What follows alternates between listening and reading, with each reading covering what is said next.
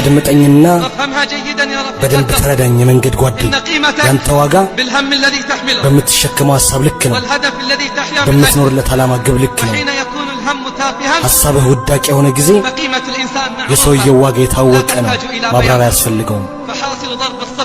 ዜሮን ከዜሮ ጋር ብታበዛው መልሱ ዜሮ ነውና ነገር ግን ግብና ዓላማ አኸራዊና ሰማያዊ ሲሆን በህይወት ብዜት ውስጥ መስሌት አስቸጋሪ ቁጥር ትሆናለህ ወቅ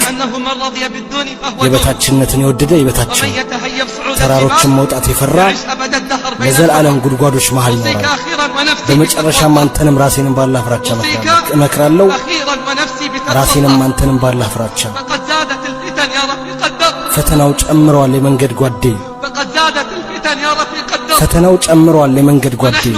እኛ ደግሞ ባላህ ይሁንብን ወደ ቂያማ ይበልጥ የቀረብንን ሙስሊሞች ከነበሩበት